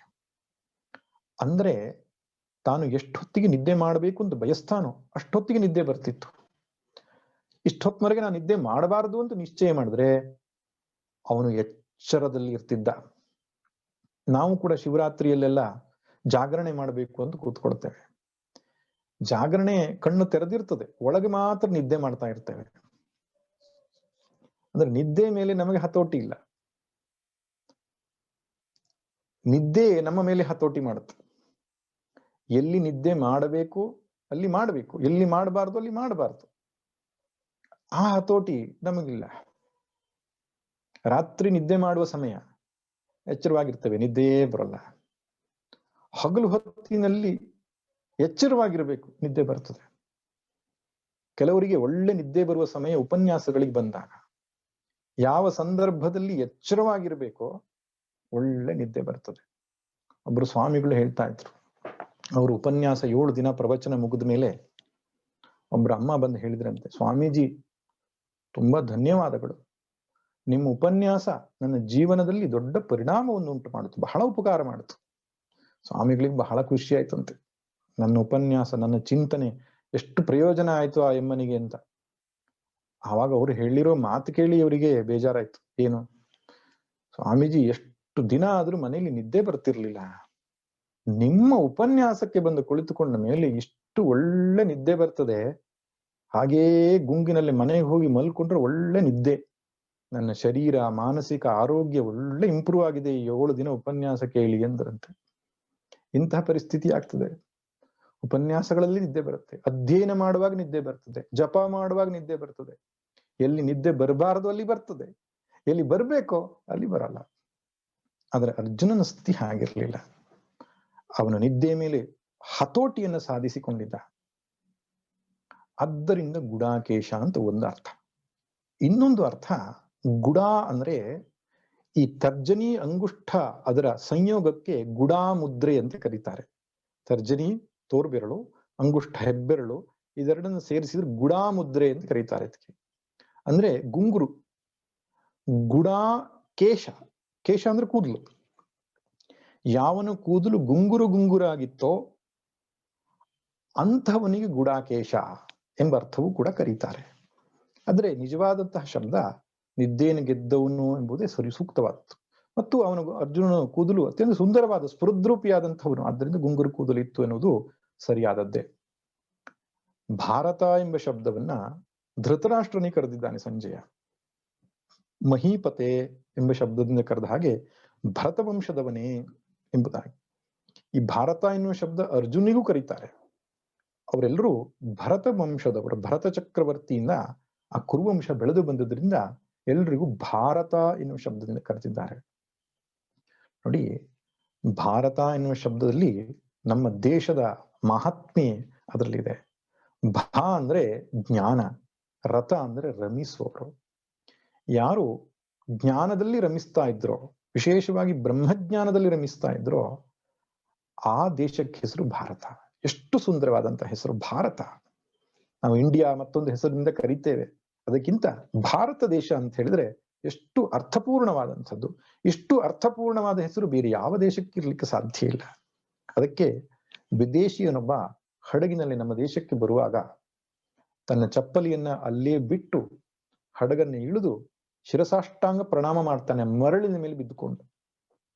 ಯಾರೋ ಕೇಳಿದ್ರಂತೆ, ಯಾಕೆ ಮರಳಿನ ಮೇಲೆ ಬಿದ್ದುಕೊಂಡು ಸಾಷ್ಟಾಂಗ ಪ್ರಣಾಮ ಮಾಡಿದ್ದೀರಿ ಅಂತ ಕೇಳಿದಾಗ ಅವನು ಹೇಳ್ತಾನೆ, ಈ ಭಾರತ ದೇಶ ಅನ್ನುವುದೇ ಒಂದು ದೇವಸ್ಥಾನ ಇದ್ದ ಹಾಗೆ. ದೇವಸ್ಥಾನದ ಬಾಗಿಲು, ಹೆಬ್ಬಾಗಿಲು ಇದು ಸಮುದ್ರ ತೀರ. ದೇವಸ್ಥಾನದ ಒಳಗೆ ಪ್ರವೇಶ ಮಾಡೋದಕ್ಕಿಂತ ಮುಂಚೆ ಒಂದು ನಮಸ್ಕಾರ ಮಾಡ್ತೇವಲ್ವೇ, ಮತ್ತು ದೇವಸ್ಥಾನಕ್ಕೆಲ್ಲಾದ್ರೂ ಚಪ್ಪಲಿ ಹಾಕೊಂಡು ಪ್ರವೇಶ ಮಾಡ್ತೇವ ಇಲ್ವಲ್ಲ. ಆದ್ದರಿಂದ ಅಂತಹ ಭಾರತ ದೇಶಕ್ಕೆ ನಾನು ಈ ರೀತಿ ಗೌರವವನ್ನು ಸೂಚಿಸುವುದು ಕಡಿಮೆ ಎಂಬ ರೀತಿಯಲ್ಲಿ ಅವನು ಮಾತನಾಡಿದ. ಅದರ್ಥ ವಿದೇಶಿಯರು ನಮ್ಮ ದೇಶವನ್ನು ಗೌರವದಿಂದ ಕಾಣುವುದಕ್ಕೆ ಕಾರಣ ಇದು ಜ್ಞಾನ ಸಂಪತ್ತನ್ನು ಹೊಂದಿದೆ ಅಂತ. ಆದ್ರಿಂದಲೂ ಕೂಡ ಭಾರತ ಅಂತಕ್ಕಂಥದ್ದು ವಿಶೇಷವಾದಂತಹ ಹೆಸರು. ಇಲ್ಲಿ ಧೃತರಾಷ್ಟ್ರನಿಗೆ ಭಾರತ ಅಂದ್ರೆ ಭರತವಂಶೀಯ ಎಂಬುದಾಗಿ ಕರೆದಿದ್ದಾನೆ ಸಂಜಯ. ಎರಡೂ ಸೇನೆಗಳ ಮಧ್ಯದಲ್ಲಿ ಭಗವಂತನು ರಥವನ್ನ ನಿಲ್ಲಿಸಿ, ಅದರಲ್ಲಿ ವಿಶೇಷವಾಗಿ ಭೀಷ್ಮ ದ್ರೋಣರ ಮುಂದೆ ನಿಲ್ಲಿಸಿ. ಭಗವಂತನಿಗೆ ಗೊತ್ತಿತ್ತು ಅರ್ಜುನ ದ್ವೇಷದಿಂದ ಯುದ್ಧ ಮಾಡಲಿಕ್ಕೆ ಬಂದಿದ್ದಾನೆ. ಅದರ ಪರೀಕ್ಷೆ ಹೇಗಾಗ್ತದೆ ಅಂದ್ರೆ, ಯಾರ ಬಗ್ಗೆ ನಮಗೆ ದ್ವೇಷ ಇದೆಯೋ ಅದಕ್ಕೆ ವಿರುದ್ಧವಾದ ಪರಿಸ್ಥಿತಿ ನಿರ್ಮಾಣವಾದರೆ ದ್ವೇಷದ ಸ್ಥಾನದಲ್ಲಿ ರಾಗ ಉತ್ಪತ್ತಿ ಆಗ್ತದೆ. ರಾಗ ಮತ್ತು ದ್ವೇಷ ಒಂದೇ ನಾಣ್ಯದ ಎರಡು ಮುಖಗಳು. ಯಾರಲ್ಲಿ ರಾಗ ಇದೆಯೋ ಅವರಲ್ಲಿ ದ್ವೇಷವೂ ಇದೆ, ಯಾರಲ್ಲಿ ದ್ವೇಷ ಇದೆಯೋ ಅವರಲ್ಲಿ ರಾಗವೂ ಇದೆ. ಉದಾಹರಣೆಗೆ, ಒಬ್ಬ ವ್ಯಕ್ತಿಯ ಬಗ್ಗೆ ನಂಗೆ ದ್ವೇಷ ಇದೆ ಅಂತ ತಿಳ್ಕೊಳ್ಳೋಣ. ಅವನನ್ನು ನೋಡಿದ್ರೆ ಆಗೋಲ್ಲ ನಂಗೆ, ಅವನ ನೆರಳಕ್ಕೆ ನೋಡಿದ್ರೂ ಆಗಲ್ಲ, ಅಷ್ಟು ದ್ವೇಷ ನನಗೆ ಅವನಲ್ಲಿ ಇದೆ ಅಂದ್ರೆ ಅರ್ಥ ಇನ್ನೊಂದು ಮುಖದಲ್ಲಿ ರಾಗವೂ ಇದೆ ಅಂತ ಅರ್ಥ. ಅವನು ಸದ್ಯದಲ್ಲಿ ನನಗೆ ಪ್ರತಿಕೂಲನಾಗಿ ವರ್ತಿಸುವುದರಿಂದ ದ್ವೇಷ ಇದೆ. ಅನುಕೂಲನಾಗಿ ವರ್ತಿಸ್ಲಿಕ್ಕೆ ಶುರು ಮಾಡಿದ್ರೆ ಅದೇ ದ್ವೇಷದ ಸ್ಥಾನದಲ್ಲಿ ರಾಗ ಉತ್ಪತ್ತಿ ಆಗ್ತದೆ. ಇದು ಎರಡೂ ರೋಗಗಳೇ. ರಾಗವೂ ಒಂದು ರೋಗ, ದ್ವೇಷವೂ ಒಂದು ರೋಗ. ಶಾಂತಿ, ಸಮಾಧಾನ, ಸಮತ್ವ ಅನ್ನುವಂಥದ್ದೇ ಆರೋಗ್ಯ. ದ್ವೇಷ ಬುದ್ಧಿಯಿಂದ ಮಾಡಿದ ಕರ್ಮವು ಅಪರಿಪೂರ್ಣ, ರಾಗ ಬುದ್ಧಿಯಿಂದ ಮಾಡಿದ ಕರ್ಮವು ಅಪರಿಪೂರ್ಣ. ಸಮತ್ವ ಬುದ್ಧಿಯಿಂದ, ಸಮತ್ವ ಬುದ್ಧಿ ಅಂದ್ರೇನು? ಶಾಂತವಾದ ಮನಸ್ಸಿನಿಂದ, ಸಮಾಧಾನವಾದ ಮನಸ್ಸಿನಿಂದ ತೆಗೆದುಕೊಂಡಂತಹ ತೀರ್ಮಾನ ಸರಿಯಾದ ತೀರ್ಮಾನವಾಗ್ತದೆ. ಅದಕ್ಕೆ ಮಹಾತ್ಮರೊಬ್ರು ಹೇಳ್ತಾ ಇದ್ರು, ಸಿಟ್ಟು ಬಂದಾಗ ಮಾತನಾಡಬೇಡಿ, ಸಿಟ್ಟು ಬಂದಾಗ ಮಾತನಾಡಬೇಡಿ, ಮನಸ್ಸಿನಲ್ಲಿ ಅಶಾಂತಿ ಇದ್ದಾಗ ನಿರ್ಧಾರ ತೆಗೆದುಕೊಳ್ಬೇಡಿ, ತುಂಬಾ ಸಂತೋಷ ಆದಾಗ ವಾಗ್ದಾನ ಮಾಡಬೇಡಿ ಅಂತ. ಅಂದ್ರೆ ಇವೆಲ್ಲವೂ ಮನಸ್ಸಿನ ಕ್ಷೋಭೆಯ ಸ್ಥಿತಿ. ತುಂಬಾ ಸಿಟ್ಟು ಬಂದಾಗ ಏನು ಮಾತನಾಡಬೇಕು ಏನು ಮಾತನಾಡಬಾರದು ಗೊತ್ತಿಲ್ಲದೆ ಏನೇನೋ ಮಾತನಾಡಿ ಇರುವ ಸಂಬಂಧವನ್ನೆಲ್ಲ ಹಾಳು ಮಾಡ್ಕೊಳ್ತೇವೆ. ಆ ಸಮಯದಲ್ಲಿ ಬಾಯಿ ಮುಚ್ಕೊಂಡಿರ್ಬೇಕು. ಮನಸ್ಸು ಅಶಾಂತವಾಗಿದ್ದಾಗ, ಟೆನ್ಷನ್, ಸ್ಟ್ರೆಸ್ಗೆ ಒಳಗಾದಾಗ ಏನೋ ನಿರ್ಧಾರವನ್ನ ಮಾಡ್ಲಿಕ್ಕೆ ಹೋಗ್ಬಾರ್ದು. ಯಾಕಂದ್ರೆ ಅದು ತಪ್ಪು ನಿರ್ಧಾರವೇ ಆಗತ್ತೆ ಹೆಚ್ಚಿನ ಸಂದರ್ಭದಲ್ಲಿ. ತುಂಬಾ ಸಂತೋಷವಿದ್ದಾಗ ಅದನ್ನ ಮಾಡ್ತೇನೆ, ಇದನ್ನ ಕೊಡ್ತೇನೆ, ಈ ಸಹಾಯ ಮಾಡ್ತೇನೆ ಅಂತ ವಾಗ್ದಾನ ಮಾಡಿಬಿಡ್ತೇವೆ. ಆಮೇಲೆ ಗೊತ್ತಾಗತ್ತೆ ಸ್ವಲ್ಪ ಜಾಸ್ತಿ ಹೇಳ್ಬಿಟ್ಟೆ ನಾನು ಅಂತ ಮಾಡ್ಲಿಕ್ಕೆ ಆಗಲ್ಲ. ಅದಕ್ಕೆ ಮನಸ್ಸು ಅಶಾಂತವಾಗಿದ್ದಾಗ ಯಾವ ನಿರ್ಧಾರವನ್ನು ಮಾಡಕೂಡದು. ಯಾವುದೇ ನಿಶ್ಚಯ ಶಾಂತವಾದ ಸಮಾಧಾನವಾದ ಚಿತ್ತದಲ್ಲಿ ನಡೆದರೆ ಅದು ಸರಿಯಾದ ಕರ್ಮವಾಗ್ತದೆ. ಯುದ್ಧ ಅನ್ನತಕ್ಕಂಥದ್ದು ಕ್ಷತ್ರಿಯರಿಗೆ ಒಂದು ಪೂಜೆ, ನೆನಪಿರ್ಲಿ, ಅದು ಧರ್ಮ ಕಾರ್ಯ. ಆ ಧರ್ಮಯುದ್ಧವನ್ನ ಶಾಂತಿಯಿಂದ ಮಾಡಿದರೆ ಮಾತ್ರವೇ ಅದು ಯೋಗವಾಗ್ತದೆ ಅಂತ ವಾಸುದೇವ ಭಗವಂತ ಏನು ಯೋಚನೆ ಮಾಡ್ತಾನೆ, ದ್ವೇಷ ಬುದ್ಧಿಯಿಂದ ಅಂತ ಬಂದಂತ ಮನಸ್ಸಿನರಿಗೆ ರಾಗಬುದ್ಧಿ ಉತ್ಪತ್ತಿಯಾಗುವುದಕ್ಕೆ ಇನ್ನೊಂದು ಸನ್ನಿವೇಶವನ್ನು ಸೃಷ್ಟಿ ಮಾಡ್ತಾನೆ. ಭೀಷ್ಮ ದ್ರೋಣರ ಮುಂದೆಯೇ ರಥವನ್ನು ತೆಗೆದುಕೊಂಡು ಹೋಗಿ ನಿಲ್ಲಿಸ್ತಾನೆ. ಯಾರು ಭೀಷ್ಮ ದ್ರೋಣರು? ಅರ್ಜುನನನ್ನ ಪಾಲಿಸಿ ಪೋಷಿಸಿ ಬೆಳೆಸಿ ಇವತ್ತು ಅರ್ಜುನನಾಗಲಿಕ್ಕೆ ಕಾರಣವಾಗ್ತಕ್ಕಂಥವನು. ಒಬ್ಬನು ಶರೀರವನ್ನ ಪೋಷಿಸಿ ಬೆಳೆಸಿದವನು, ಮತ್ತೊಬ್ಬನು ಮನಸ್ಸನ್ನ ಪೋಷಿಸಿ ಬೆಳೆಸಿದವರು. ಅನಾಥರಾಗಿರತಕ್ಕಂತಹ ಪಂಚಪಾಂಡವರನ್ನ ತುಂಬಾ ಸಂತೋಷದಿಂದ ಸ್ವೀಕಾರ ಮಾಡಿ, ಕುರುವಂಶೀಯರು ನನ್ನ ಪಾಂಡುವಿನ ಮಕ್ಕಳು ಎಂಬಂತಹ ಪ್ರೀತಿಯಿಂದ ಅವರನ್ನ ಸಾಕಿ ಸಲಹಿದಂತಹ ಭೀಷ್ಮರು ಕಣ್ಣೆದುರಿಗೆ ನಿಂತಿದ್ದಾರೆ. ಮತ್ತೊಬ್ಬರು ದ್ರೋಣಾಚಾರ್ಯರು ತನ್ನೆಲ್ಲ ವಿದ್ಯೆಗಳನ್ನ ಪುತ್ರನಿಗೂ ಕೊಡದಷ್ಟು ಹೆಚ್ಚು ಅರ್ಜುನಿಗೆ ಕೊಟ್ಟು ಅವನನ್ನ ಪುತ್ರನಿಗಿಂತಲೂ ಹೆಚ್ಚು ಪ್ರೀತಿಯಿಂದ ಸಾಕಿ ಸಲಹಿರತಕ್ಕಂತಹ ದ್ರೋಣರು ಎದುರಿಗೆ ಕಾಣಿಸ್ತಾರೆ. ಭಗವಂತ ಕೈಯನ್ನೇ ಹೀಗೆ ಮಾಡಿ ಹೇಳಿರ್ಬೋದು, ಪಶ್ಯ ಏತಾನ್ ಕುರೂನ್, ನೋಡುವಂತ ಕೈ ಮಾಡುವಾಗ ಬಹುಶಃ ಬೇರೆ ರಾಜರುಗಳನ್ನೆಲ್ಲ ಅಡ್ಡ ಮಾಡಿರ್ಬೋದು ತನ್ನ ಕೈಯಲ್ಲಿ. ಬರೀ ದ್ರೋಣರು ಭೀಷ್ಮರನ್ನ ಎರಡನ್ನೇ ಅರ್ಜುನಿಗೆ ಕಾಣುವ ಹಾಗೆ ತನ್ನ ರಥವನ್ನ ನಿಲ್ಲಿಸಿ ಅವನಿಗೆ ತೋರಿಸಿರಬಹುದು. ಯಾಕಂದ್ರೆ ಅರ್ಜುನನ ಪರೀಕ್ಷೆ ಈಗ ಆಗಬೇಕಾಗಿದೆ. ಉವಾಚ ಪಾರ್ಥ ಪಶ್ಯೈತಾನ್ ಸಮವೇತಾನ್ ಕುರುನಿತಿ, ಸೇರಿದಂತಹ ಈ ಕುರುವಂಶೀಯರನ್ನು ನೋಡು ಎಂಬುದಾಗಿ ಭಗವಂತ ಅರ್ಜುನನಿಗೆ ಹೇಳುತ್ತಾನೆ. ನಿಜವಾಗಿ ಆ ಭಗವಂತನ ಮೂರ್ತಿ ಅರ್ಜುನಿಗೆ ಸಾರಥಿಯಾಗಿ ಕುಳಿತುಕೊಂಡಿದ್ದೇ ಕೌರವರ ಹೃದಯವನ್ನ ಅಲುಗಾಡಿಸಿರ್ತಕ್ಕಂಥ ವಿಷಯ. ಮುಂದೆ ಭೀಷ್ಮಾಚಾರ್ಯರು ಶರಶೈಯಲ್ಲಿ ಮಲಗಿ ಉತ್ತರಾಯಣದ ಪ್ರತೀಕ್ಷೆಯಲ್ಲಿದ್ದಾಗ ಕೊನೆಯದಾಗಿ ಸಾಕ್ಷಾತ್ ಶ್ರೀಕೃಷ್ಣನವನ್ನ ದರ್ಶನ ಮಾಡ್ತಾ ಪ್ರಾಣ ಬಿಡ್ತಾರೆ. ಆಗ ಭೀಷ್ಮರು ಒಂದು ಸ್ತುತಿ ಮಾಡ್ತಾರೆ, ಭೀಷ್ಮ ಸ್ತುತಿ. ಅದರಲ್ಲಿ ಅವ್ರು ಹೇಳ್ತಾರೆ, ಹೇ ಭಗವಂತ, ಎರಡೂ ಸೇನೆಗಳ ಮಧ್ಯದಲ್ಲಿ ರಥವನ್ನ ನಿಲ್ಲಿಸಿ ನಿನ್ನ ಕಣ್ಣು ದೃಷ್ಟಿಯಿಂದಲೇ ಕೌರವರ ಪ್ರಾಣವನ್ನೆಲ್ಲ ತೆಗೆದು ಬಿಟ್ಟಿದ್ಯಲ್ವಾ, ಅದು ನನಗೆ ಗೊತ್ತಾಗಿತ್ತು ಎಂಬುದಾಗಿ ಹೇಳ್ತಾರೆ. ಭಗವಂತನು ನೋಡು ಈ ಕೌರವರನ್ನ ಅಂತ ತೋರಿಸುವಾಗ್ಲೇನೆ ಅಲ್ಲಿ ಕೌರವರ ಆಯುಷ್ಯ ಕ್ಷೀಣವಾಗಿ ಬಿಟ್ಟಿತ್ತು. ಇನ್ನೊಂದು ಘಟನೆಯನ್ನು ಹೇಳ್ತಾರೆ. ಅರ್ಜುನನೊಟ್ಟಿಗೆ ಯುದ್ಧ ಮಾಡ್ಲಿಕ್ಕೆ ಬಂದಂತಹ ಯೋಧರೆಲ್ಲ ಆ ಶ್ರೀಕೃಷ್ಣನ ಮೂರ್ತಿ ರಥದ ಮುಂದೆ ಕುಳಿತುಕೊಂಡಿರುವುದು ನೋಡಿ ಮಂತ್ರಮುಗ್ಧರಾಗಿ ತಮ್ಮ ಅಸ್ತ್ರಶಸ್ತ್ರ ಪ್ರಯೋಗ ಮಾಡುವುದನ್ನೇ ಮರೆತಿದ್ರಂತೆ. ಅಂತಹ ಸುಂದರ ಮನೋಹರವಾಗಿರತಕ್ಕಂತಹ ಕೃಷ್ಣ ಮೂರ್ತಿ ರಥಸಾರಥಿಯಾಗಿರುವಾಗ ಇನ್ನೇನು ಬೇಕು? ದೃಷ್ಟಿ ಮಾತ್ರದಿಂದಲೇ ತನ್ನನ್ನು ಹಸನ್ಮುಖತೆಯಿಂದಲೇ ವೈರಿಗಳನ್ನು ನಾಶ ಮಾಡಬಲ್ಲಂತಹ ಸಾಮರ್ಥ್ಯವುಳ್ಳ ಭಗವಂತ ಅರ್ಜುನನ ಮೋಹವನ್ನ ಕಳೆಯಬೇಕು, ಅರ್ಜುನಿಗೆ ವಿವೇಕ ಜಾಗೃತಿ ಮಾಡಿ ತನ್ಮೂಲಕ ಜಗತ್ತಿಗೆ ಒಂದು ಉತ್ತಮ ಸಂದೇಶ ಕೊಡಬೇಕು ಅಂತ ಇಂಥದ್ದೊಂದು ವಾತಾವರಣವನ್ನು ಸೃಷ್ಟಿಸಿದ್ದಾನೆ. ಆಗ ಏನಾಗುತ್ತದೆ, ಅಲ್ಲಿ ಅರ್ಜುನ ಯಾರ್ಯಾರನ್ನು ನೋಡುತ್ತಾನೆ. ಇಲ್ಲಿಂದ ಮುಂದಕ್ಕೆ ಅರ್ಜುನನ ರಾಗ 26ನೇ ಶ್ಲೋಕದಿಂದ ಆರಂಭ ಮಾಡಿ 34ನೇ ಶ್ಲೋಕದ ತನಕ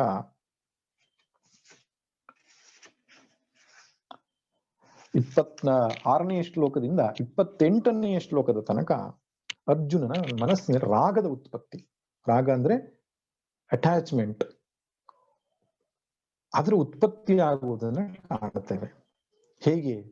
ತತ್ರ ಪಶ್ಯತ್ ಸ್ಥಿತಾನ್ ಪಾರ್ಥಃ ಪಿತॄನಥ ಪಿತಾಮಹಾನ್ ಆಚಾರ್ಯಾನ್ ಮಾತುಲಾನ್ ಭ್ರಾತೃನ್ ಪುತ್ರಾನ್ ಪೌತ್ರಾನ್ ಸಖೀಂಸ್ತಥಾ ಶ್ವಶುರಾನ್ ಸುಹೃದಶ್ಚೈವ ಸೇನಯೋರುಭಯೋರಪಿ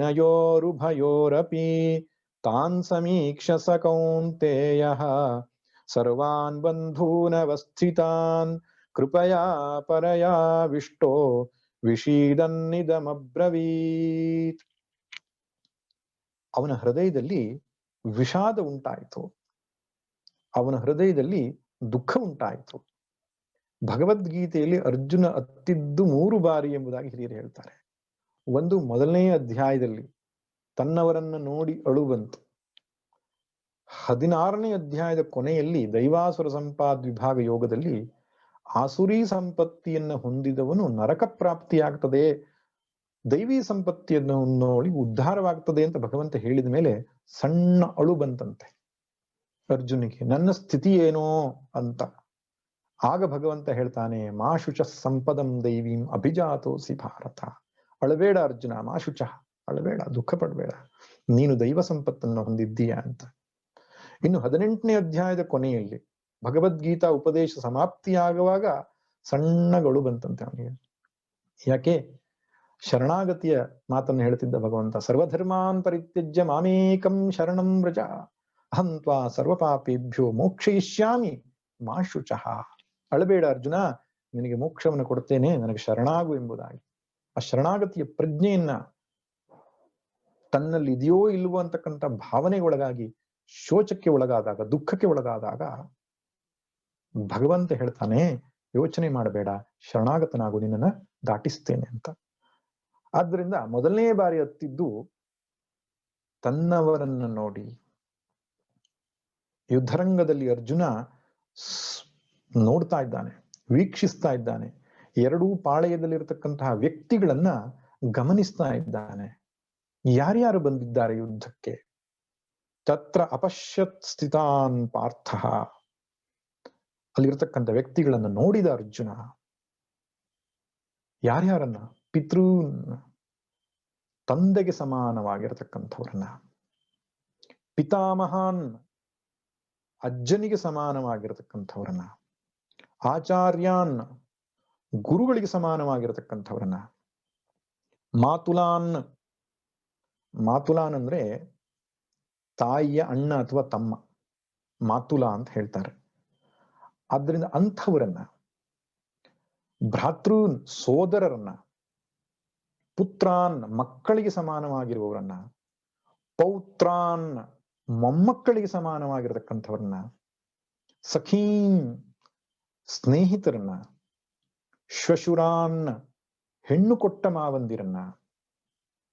ಸುಹೃದಶ್ಚೈವ, ಸುಹೃದರು ಅಂದ್ರೆ ಮಿತ್ರರು, ತಮ್ಮಿಂದ ಏನೂ ಪ್ರತ್ಯುಪಕಾರವನ್ನು ಬಯಸದೇ ಸಹಾಯ ಮಾಡದವರಿಗೆ ಸುಹೃತರು ಅಂತ ಹೇಳ್ತಾರೆ. ಸೇನೆಯೋರುಭಯೋರಪಿ, ಎರಡೂ ಸೇನೆಗಳಲ್ಲಿ ಅವನು ಅಂಥವರನ್ನ ನೋಡಿದ ಎಂಬುದಾಗಿ ಹೇಳ್ತಾನೆ ಸಂಜಯ.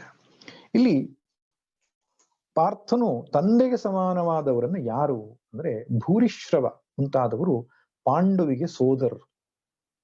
ಅವನು ಯುದ್ಧದಲ್ಲಿದ್ದ ಭೂರಿಶ್ರವ. ಇನ್ನು ತಾತಂದರಿಗೆ, ಅಜ್ಜಂದರಿಗೆ ಸಮಾನವಾದವರು ಯಾರು? ಭೀಷ್ಮರಂತೂ ಆಯ್ತು.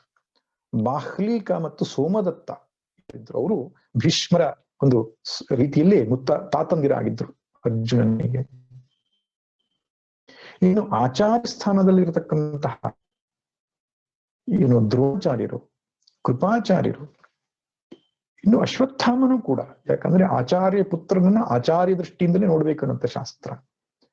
ಅಂಥವ್ರನ್ನ. ಭ್ರಾತೃನ್, ಸೋದರರು. ಪಾಂಡು ಕಡೆ ಪಾಂಡವರು, ಕೌರವರು ಎಲ್ಲರೂ ಸೋದರರಾಗಿದ್ದರಲ್ವಾ.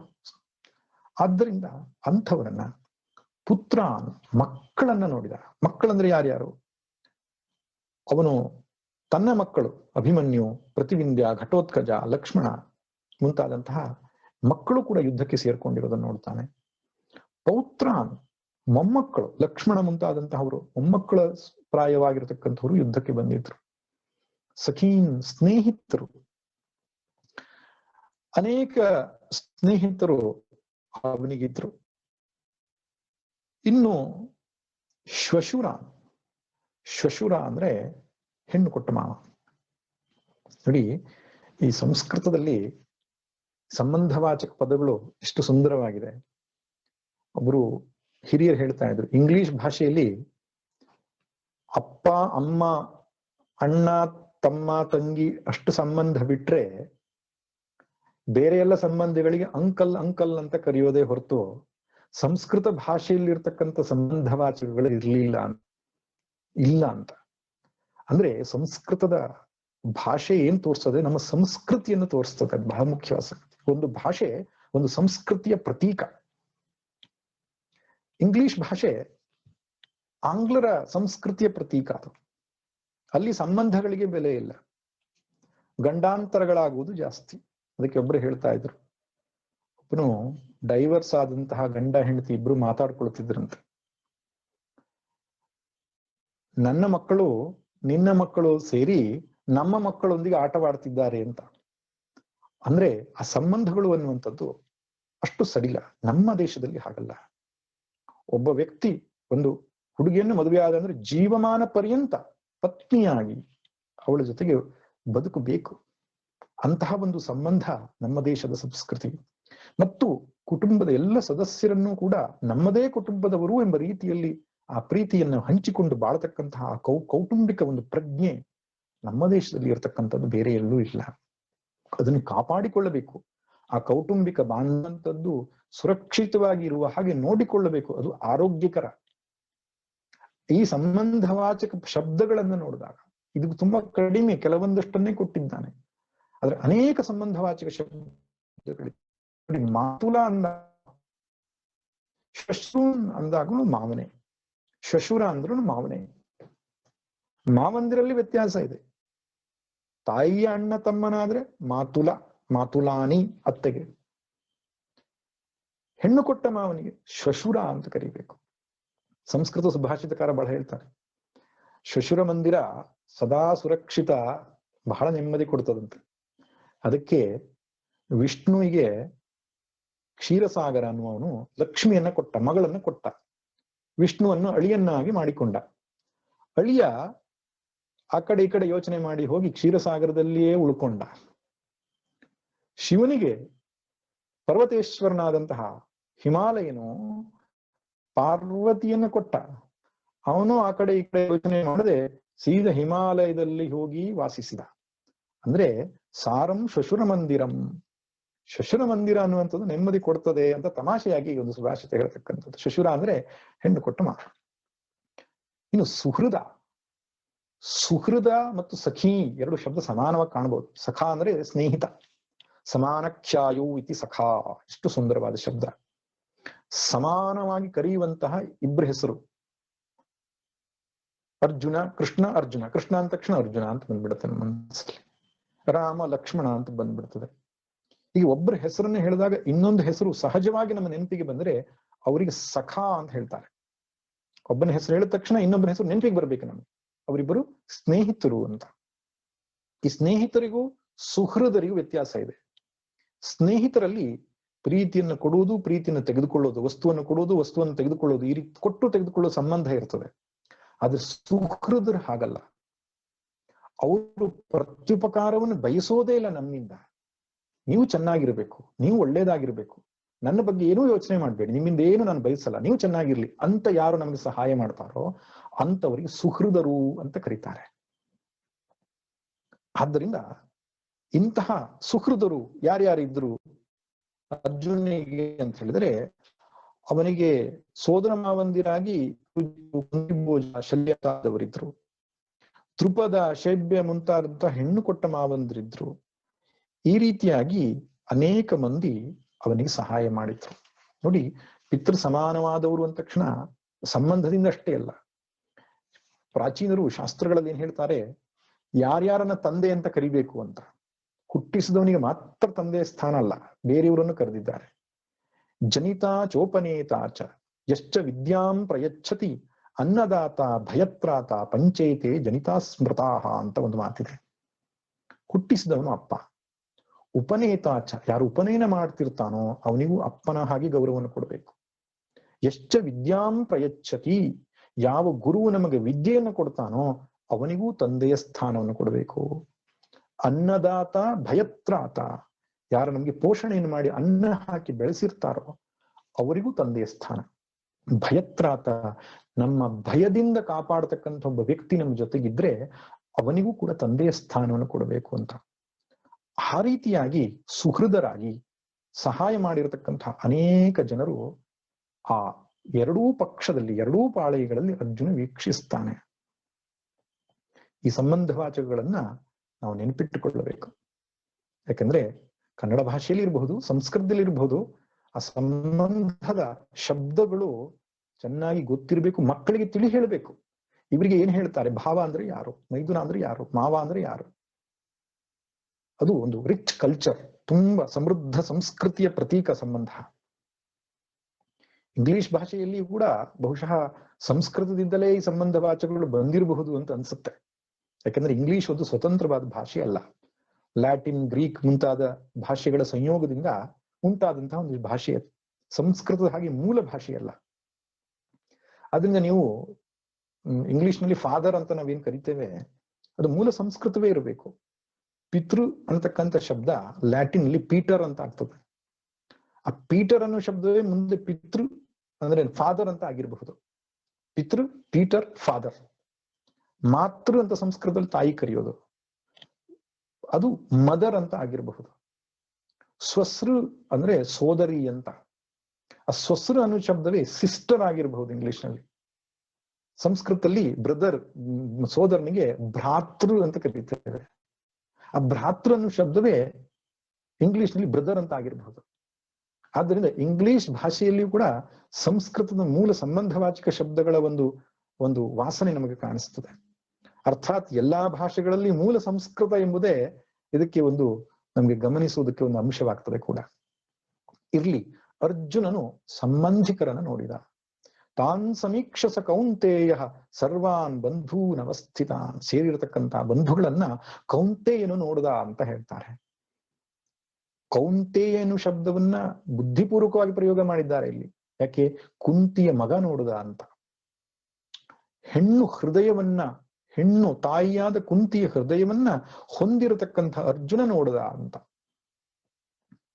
ಸಹಜವಾಗಿ ಅವನ ಮನಸ್ಸಲ್ಲಿ ತಾಯಿಗೆ ಬಾಂಧವ್ಯದ ಬಗ್ಗೆ ಏನು ಪರಿಕಲ್ಪನೆ ಇರ್ತದೆ, ತಂದೆಗೆ ಇರಲ್ಲ.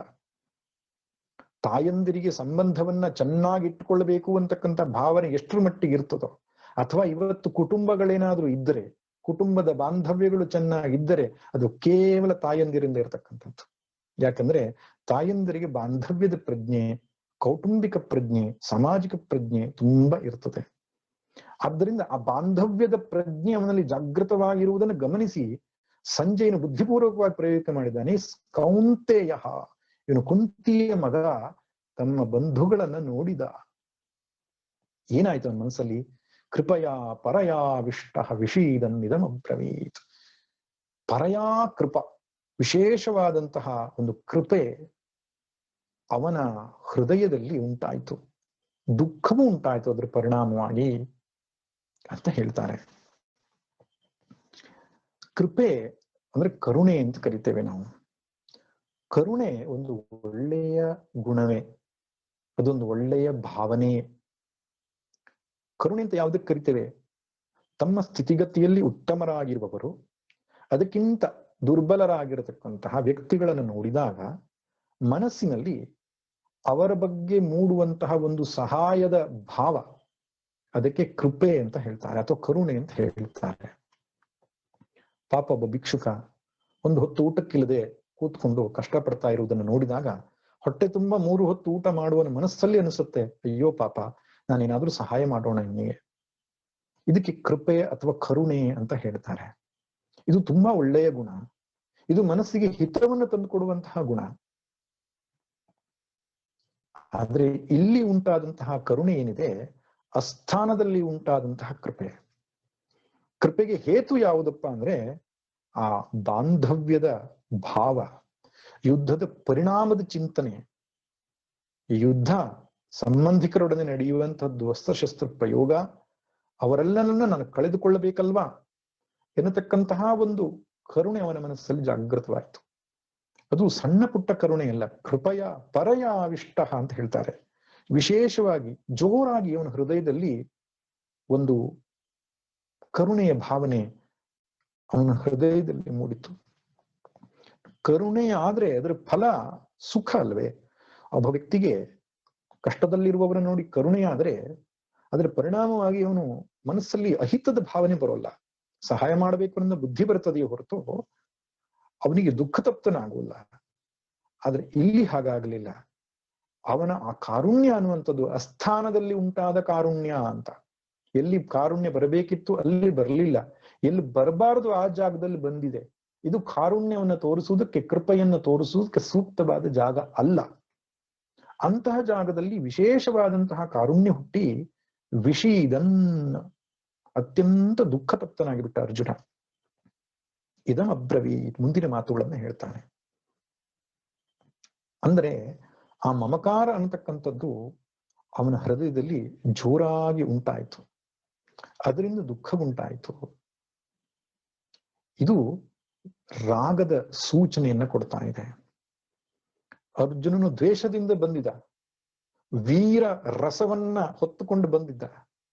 ಇಲ್ಲಿ ಕರುಣಾರಸ ಉತ್ಪತ್ತಿ ಆಯಿತು. ವೀರರಸ ದ್ವೇಷದಿಂದ ಉಂಟಾಗಿತ್ತು, ಇಲ್ಲಿ ರಾಗದ ಫಲವಾಗಿ ಕರುಣಾರಸ ಉತ್ಪತ್ತಿ ಆಯಿತು. ಅದರಿಂದ ದುಃಖ ಉಂಟಾಯಿತು ಅರ್ಜುನಿಗೆ.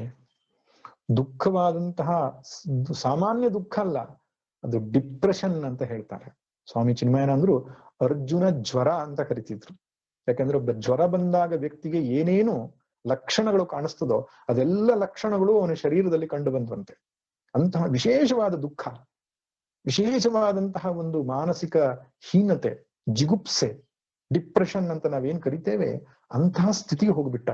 ತನ್ನವರೆಲ್ಲ ಯುದ್ಧರಂಗದಲ್ಲಿ ನೋಡಿ ನಾವೇ ಹೊಡೆದಾಡಿ ಬಡಿದಾಡಿ ಸಾಯ್ಬೇಕಲ್ಲ, ಇದೆಂಥ ದಾರುಣವಾದ ಸ್ಥಿತಿ ಅವನ ಮನಸ್ಸಲ್ಲಿ ಬಂದು ಹೋಗ್ಬಿಡ್ತು. ಅದರಿಂದ ಅರ್ಜುನ ಏನ್ ಹೇಳ್ತಾನೆ, ಎಂಥ ವಾಕ್ಯಗಳಿಂದ ತನ್ನ ದುಃಖವನ್ನು ತೋಡಿಕೊಳ್ತಾನೆ ಭಗವಂತನ ಮುಂದೆ ಎಂಬಂತಹ ವಿಷಯವನ್ನ ನಾಳೆ ದಿನ ನೋಡ್ಲಿಕ್ಕೆ ಪ್ರಯತ್ನ ಮಾಡೋಣ. ಸರ್ವೇ ಭವಂತು ಸುಖಿನಃ, ಸರ್ವೇ ಸಂತು ನಿರಾಮಯಾಃ, ಸರ್ವೇ ಭದ್ರಾಣಿ ಪಶ್ಯಂತು ಮಾ ಕಶ್ಚಿದ್ ದುಃಖಭಾಗ್ ಭವೇತ್. ಓಂ ಶಾಂತಿ ಶಾಂತಿ ಶಾಂತಿ. ಹರಿ ಓಂ. ಶ್ರೀ ಗುರುಭ್ಯೋ ನಮಃ.